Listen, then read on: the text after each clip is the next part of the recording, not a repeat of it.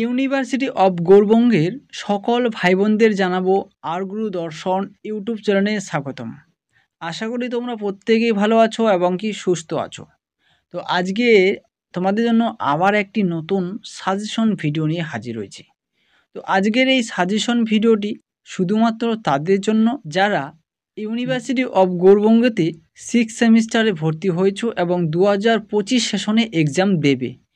তার সঙ্গে তোমাদের যদি বেঙ্গলি অর্থাৎ বাংলা সাবজেক্টটি DSE 2B হিসেবে নিয়ে থাকো। এবার অনেকেই DSE 2 এর পেপার কোডটি নেবে বা তোমরা নিয়েছো। এই ভিডিওটি কিন্তু অলরেডি আপলোড করা হয়ে গেছে বা সাজেশন দেওয়া হয়ে গেছে। তোমরা চাইলে ওই ভিডিওটি দেখতে পারো। ওই ভিডিওটির লিঙ্ক এই ভিডিওটির ডেসক্রিপশন বক্সে আমি দিয়ে রাখবো।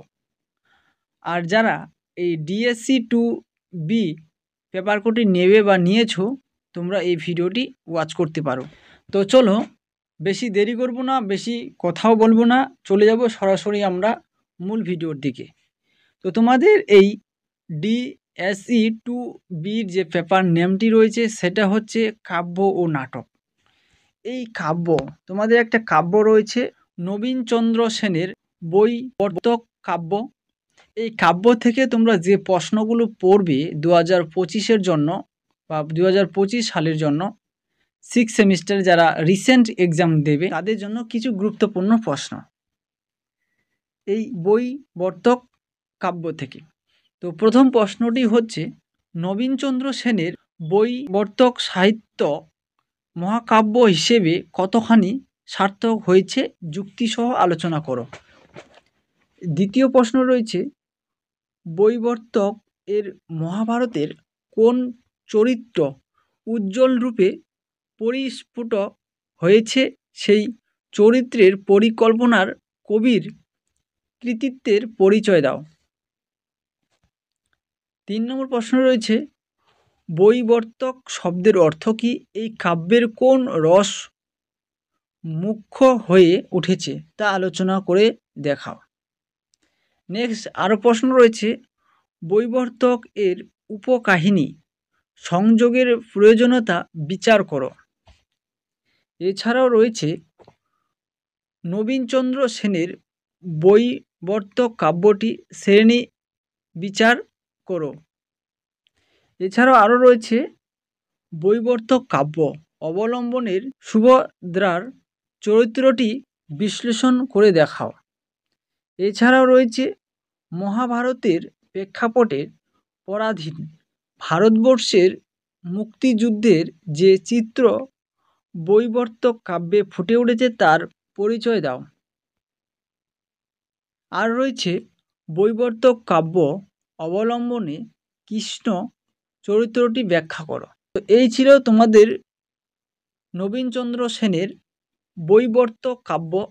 এই বৈবর্তক কাব্য থেকে তোমাদের এখানে 2টি প্রশ্ন লিখতে হবে। তো যার মধ্যে তোমাদের অথবা দিয়ে 4টি প্রশ্ন থাকবে।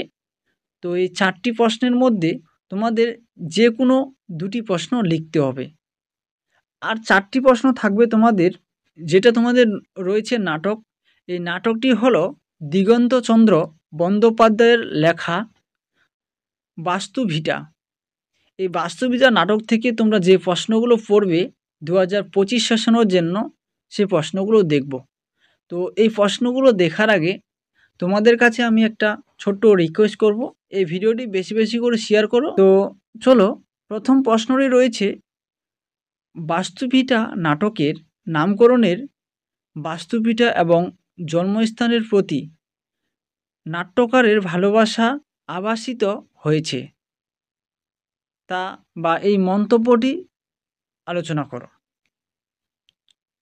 দ্বিতীয় প্রশ্ন রয়েছে বাস্তুভিটা নাটকের রাজনৈতিক প্রেক্ষাপটটি উল্লেখ করো এবং এই প্রেক্ষাপট নাটকের কীরকম প্রাসঙ্গিকতায় ব্যবহার হয়েছে লেখো।